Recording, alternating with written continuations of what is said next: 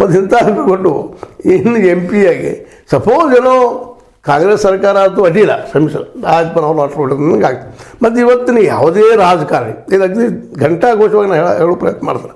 ಯಾಕಪ್ಪ ಅಂತಂದರೆ ಯಾವ ರಾಜಕಾರಣಿನೂ ಲಾಭ ಇಲ್ಲದೆ ಯಾವ ಕೆಲಸ ಮಾಡೋದು. ಹೀಗಾಗಿ ಏನಾಗಿಬಿಡೋದಪ್ಪ ಅಂದ್ರೆ ನಾವು ಎಂ ಪಿ ಆಗಿ ಅಲ್ಲಿ ಮಿನಿಸ್ಟರ್ ಆದರೆ ಅಡ್ಡಿಲ್ಲ, ಇಲ್ಲ ನಾವು ನಿಂತು ಏನು ಉಪಯೋಗ. ಮತ್ತು ರಾಷ್ಟ್ರ ಮಟ್ಟದಲ್ಲಿ ಇಡೀ ಕರ್ನಾಟಕದ ಒಬ್ಬರು ಇಬ್ಬರು ಅಷ್ಟೇ ಮಂತ್ರಿ ಆಗವರು, ಉಳಿದವರೆಲ್ಲ ಎಂ ಪಿಗಳನ್ನು ಆಗವರು. ಈ ರಾಜ್ಯದ ಮಟ್ಟದಲ್ಲಿ ಒಂದು ಇಬ್ಬರು ಮೂರು ಮಂದಿ ಆದ್ರೆ ಭಾಳ ಜನ ಆದರು ಅಂದರೆ ಎಲ್ಲರಿಗೂ ಕೋಟಾ ಮುಟ್ಟಬೇಕಲ್ಲ ಎಲ್ಲ ರಾಜ್ಯಗಳಿಗೆ. ಹೀಗಾಗಿ ಅಲ್ಲಿ ಹೋಗಿ ಒಳ್ಳೆಂತಾರೆ ಇವರು. ಅದಕ್ಕೆ ನಮ್ಗೆ ಚೆನ್ನಾಗಿದ್ದೀವಪ್ಪ, ನಾವು ಈಗಷ್ಟು ಏನೋ ಒಂದು ಅನ್ನ ಮಾಡ್ಕೊಳಗಿದ್ದೀವಿ, ಸ್ವಲ್ಪ ಮುಂದಿನ ಇಲೆಕ್ಷನ್ ಮಾತ್ರ ಗಂಟು ಮಾಡ್ಕೊಳಗಿದ್ದೀವಿ, ನೀವ್ಯಾಗ ನಮ್ಗೆ ಗಂಟು ಬರ್ತೀರಿ ಅನ್ನೋ ಸ್ಥಿತಿ ಮಟ್ಟದಲ್ಲಿ ಅವರು ಅಂದ್ರೆ ಅದಕ್ಕೆ ಒಳ್ಳೆ ಅಂತ ಇದ್ದಾರೆ. ಅದಕ್ಕೆ ಗುಂಡ್ರಾವನು ಇವತ್ತು ಅವರು ಫೋನ್ ಮಾಡಿದ್ರೆ ಅವರು ನಿನ್ನೆ ಇಲ್ಲ ಯಾರು ಹೇಳ್ತಾರೆ ನಿಲ್ಲಲೇಬೇಕಪ್ಪ ಹೈಕಮಾಂಡ. ಯಾಕಂದ್ರೆ ಇವತ್ತು ಕಾಂಗ್ರೆಸ್ಸಿನ ಅಳಿವು ಉಳಿವಿನ ಪ್ರಶ್ನೆ ಇತ್ತು ರಾಷ್ಟ್ರ ಮಟ್ಟದಾಗ. ಅಳಿವು ಉಳಿವಿನ ಪ್ರಶ್ನೆ ಇದ್ದಾಗ ಮತ್ತು ನೀವು ಹೈಕಮಾಂಡ್ ಹೇಳಿದಂಗೆ ಕೇಳಲಿಕ್ಕಂದ್ರೆ ನಿಮ್ಮ ತೊಗೊಂಡು ಏನು ಮಾಡೋದ, ನೀವು ಬಿಟ್ಟು ಹೋದ್ರೆ ಹೋಗ್ಬಾರ್ದು ಅನ್ನೋ ಮಟ್ಟಗದಾರೆ. ಯಾಕಂದರೆ ಉತ್ತರದಲ್ಲೇ ಅಲ್ಲೆಲ್ಲ ನೋಡ್ತಾ ಇದ್ದೀರಿ ನೀವು, ಭಾಳಷ್ಟು ಜನ ಪಚೌರಿನೋ ಮತ್ತೊಬ್ಬು ಕಮಲ್ನಾಥು ಅಥವಾ ಗಜೇಂದ್ರ ಸಿಂಗು ಇನ್ನೊಬ್ಬಿಲ್ಲ ಯಾರು ಮಹಾರಾಷ್ಟ್ರದ ಶಾಬಾನ್ ಇಂಥವ್ರು ಬಿಟ್ಟು ಹೋಗ್ಬೋದು. ಇವರೇನು ಮಹಾಮಾರ ಅನ್ನೋ ಮಟ್ಟಿಗೆ ಬಂದಿದ್ದಾರೆ ಅವರು. ಅವ್ರಿಗೆ ಏನಪ್ಪ ಅಂದ್ರೆ ಹೊಸ ರಕ್ತ ಬರ್ಲಿಕ್ಕತ್ತದ ಅಲ್ಲಿ ಕಾಂಗ್ರೆಸ್ನಲ್ಲಿ. ಸ್ಲೋ ಆಗ್ಬೋದು, ನಾಳೆ ನಾವು ಗೌರ್ಮೆಂಟ್ ರಚನೆ ಮಾಡದೆ ಹೋಗ್ಬೋದು, ಬಟ್ ಹೊಸ ಜನ ಬರ್ಲಿಕ್ಕತ್ತ ಅಂತ ಒಂದು ಧೈರ್ಯ ಮೂಡಿದೆ. ಅದರಲ್ಲೂ 1000 ಆನೆ ಬಲವನ್ನು ಈ ನ್ಯಾಯಯಾತ್ರೆ ಇವ್ರು ಕೊಟ್ಟದ ರಾಹುಲ್ ಅವ್ರಿಗೆ. ಹೀಗಾಗಿ ಯಾರು ಹೋದರೂ ವಿಚಾರ ಮಾಡ್ತಾ ಇಲ್ಲ ಅವರು, ಇರಲಿ ಬೇಡ ಹೋಗಲಿ. ಮತ್ತು ಹೋದಿದ್ದು ಚಲೋ ಅನ್ನೋಷ್ಟು ಮಟ್ಟಿಗಿದ್ದಾರೆ. ಯಾಕಂದರೆ ಅವರಿಂದಾಗಿ ಕಾಂಗ್ರೆಸ್ ಈಗ ಕೆಟ್ಟದಂತೂ ಕನ್ಫರ್ಮ್ ಆಗಿದೆ.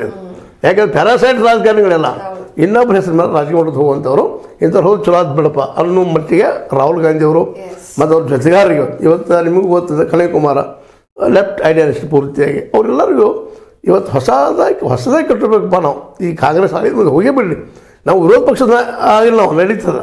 ನಾವು 50 ಮಂದಿಯಿಂದ 20 ಮಂದಿ ಆಗಿದ್ದೀವಿ, ಹೋಗಿ ಸ್ವಚ್ಛ ಆಗಬೇಕು. ಯಾಕಂದ್ರೆ ತೆಗೆದು ಹಾಕಕ್ಕೆ ಸಾಧ್ಯ ಇರಲಿಲ್ಲ, ಎಲ್ಲ ಸೀನಿಯರ್ಸ್. ಈ ಪಚೋರಿ ನೋಡಿರಲ್ಲ ಮಧ್ಯಪ್ರದೇಶ ಸೀನಿಯರ್ ಮನುಷ್ಯ ಅಲ್ರಿ, 50 ವರ್ಷ ಊಟ ಮಾಡಿದಾನ, ರಾಜಕೀಯ ಮಾಡ್ಕೊಂಡ ಲಾಭ ಮಾಡ್ಕೊಂಡಾನ, ಈಗ ಅದನ್ನು ವಿರೋಧ ಮಾಡ್ತಾನೆ ಅಂದ್ರೆ ಏನಂತಿಲ್ಲ ಅರ್ಥ. ಅಟ್ಲೀಸ್ಟ್ ಅವ್ನು ಬೇಡಾಗಿದೆ ಅಂದರೆ ಗಪ್ ತನ್ನ ಮನೆ ಇರಬೇಕಾಗಿತ್ತು. ಇನ್ನೂ ಅಧಿಕಾರ ಆಸೆನಾ 82-85 ವರ್ಷ ಗೋರಿ ಹೋಗೋ ಸಮಯ ಮುಂದೆ ಇನ್ನೂ ಅಧಿಕಾರ ಆಸೆ. ಅದಕ್ಕೆ ಅದೆಲ್ಲ ಒಳ್ಳೆಯದಂತ ತಿಳ್ಕೊಂಡು ಅವರು ತಮ್ಮ ಮೂಮೆಂಟ್ದಾಗ ನಡೆದಾರೆ ಅವರು. ಹೀಗಾಗಿ ಈಗಿದ್ದಂಥ ಈ ಕರ್ನಾಟಕದಲ್ಲಿ ಏನು ಇವ್ರದ್ದಲ್ಲ, ಈಗ ಪಾಪ ಅವರು ಯಾಕಂದರೆ ಅಧಿಕಾರ ಯಾವಾಗೂ ಸಿಕ್ಕದವ್ರಿಗೆ ಈಗ ಮತ್ತು ಅವ್ರು ನಿಲ್ಲರಿ ಅಂತ ಇದು. ಮತ್ತು ಕೆಲವರು ಪೊಲಿಟಿಕ್ಸು ಅದಾವಿಲ್ಲ ಅಂತಲ್ಲ, ಅವ್ರನ್ನ ಹೆಂಗೆ ಮಾಡಿ ಕಳಿಸ್ಬೇಕು ಅನ್ನುವಂಥದ್ದು. ಹೀಗಾಗಿ ಅವರು ಒಲ್ಲಿ ಉಂಟ ನಡೆದ. ಅದಕ್ಕಾಗಿ ಇಲ್ಲದೆ ಮಿನಿಸ್ಟರ್ಸ್ ಅದಾರ, ಚಲೋ ಪೋರ್ಟ್ಫೋಲಿಯೋ ಇದ್ದಾವೆ.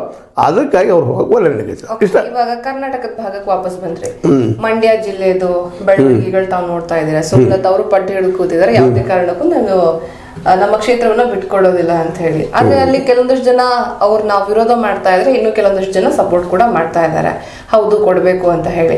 ಕೆಲಸ ಮಾಡಿಲ್ಲ ಅಂತ ಒಂದಷ್ಟು ಜನ ಜೆನ್ಯೂನ್ ಆಗಿ ಬೇಡ ಅಂತ ಇದ್ರೆ ಅದೇನೋ ಒಂದು ಅಭಿಮಾನ ಇಟ್ಕೊಂಡು ಅಂಬರೀಶ್ ಅವರ ಅಭಿಮಾನನೋ ಅಥವಾ for what ever the reasons ಇರ್ಲಿ ಇವ್ರೊಂದ್ಸರಿ ಚಾನ್ಸ್ ಕೊಡೋಣ ಅಂತ ಕೂಡ ಹೇಳ್ತಾ ಇರುವಂತ ಕೆಲವೊಂದಿಷ್ಟು ಮುಖಂಡರಿದ್ದಾರೆ.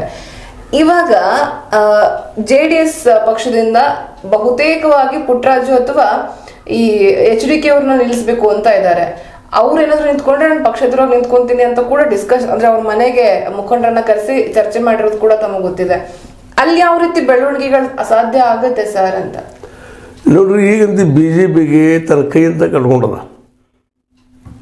ಮಿತ್ರತ್ವ ಮಾಡಿ ಅಲ್ಲಂತ HD ಕುಮಾರಸ್ವಾಮಿ ಅಂದರೆ ಹಾಸನ, ಮಂಡ್ಯ, ಮೈಸೂರು, ಇನ್ನೊಂದು ತುಮಕೂರು ಇಲ್ಲಿ ಮ್ಯಾಕ್ಸಿಮಮ್ ಅವರ ಒಕ್ಕಲಿಗರು ಹುಟ್ಟಿರೋದ್ರಿಂದಾಗೆ ಜೊತೆಗೆ ದೋಸ್ತಿ ಒಂದು ಮಾಡ್ಕೊಂಡಿದ್ರಿಂದಾಗೆ ಮಂಡ್ಯದಲ್ಲಿ ಅಂತಂತ ಹೆಣ್ಮಗಳು ಸತ್ BJP ಸಪೋರ್ಟ್ ಮಾಡಿದ್ರಿಂದ. ಆದರೆ BJPಗಳಲ್ಲ ಅವರು. ಯಾಕಪ್ಪ ಅಂತಂದ್ರೆ ಅವ್ರು BJP ಪಕ್ಷದವರು ಇನ್ನು ಆಗ್ಬೋದಿಲ್ಲ, ಮುಂದೆ ಗೊತ್ತಿಲ್ಲ. ಆದರೆ ಇವತ್ತು BJP ಅವ್ರು ಯಾಕೆ ಹಿಂದೆ ಮಾಡ್ತಾ ಇದ್ದಾರೆ ಅಂದ್ರೆ ಇಲ್ಲಿ ಇದು ಗಾಯತನ ಕಳಿಸೋದು ಬೇಡಾಗಿದೆ ಅವರಿಗೆ. ಯಾಕಂದ್ರೆ ನಾಳೆ ಮುಖ್ಯಗೆ ಏನೋ ಆದರೂ ನಾಳೆ ಮೋದಿಯವರ ಪ್ರೈಮ್ ಮಿನಿಸ್ಟರ್ ಪೆಟ್ಟು ಬಿಡಬಾರ್ದು, 4 ಸೀಟ್ಸಿದ ಪೆಟ್ಟು ಬಿಡಬಾರ್ದು. ಅವ್ರಿಗೆ ಒಳಗೆ ಭಯ ಅದ. ನಾವು 400 ದಾಡ್ತೀವಿ ಅಂತ ಬಾಯಿಂದ ಹೇಳ್ತಾರ ಅವರು, ಅದ್ರ ಒಳಗೆ ಭಯ ಅದ. ನಾಳೆ ಒಂದು 4 ನಮ್ಮ ಕಡೆ ಬಿದ್ದು ಜಗದ್ ವಿರೋಧ ಪಕ್ಷಗಳು ಹೋದ್ರೆ ಅವ್ರ ಗೌರ್ಮೆಂಟ್ ಅವು ಸಾಧ್ಯಗಳಿದ್ದಾವೆ. ಅದಕ್ಕೆ ಒಬ್ಬ ಹೆಣ್ಮಗಳಿಗಾಗಿ ನಾವು ನಮ್ಮ ಪಾರ್ಟಿ ಬೆಲೆ ಕೊಡೋದು ಅವಶ್ಯಕತೆ ಇಲ್ಲ ಅನ್ನುವಂಥ ಮಾತು. ಈಗ ನಾವು ರೂಢಿಯೊಳಗೆ ಮಾತಾಡ್ತಾರಲ್ರಿ.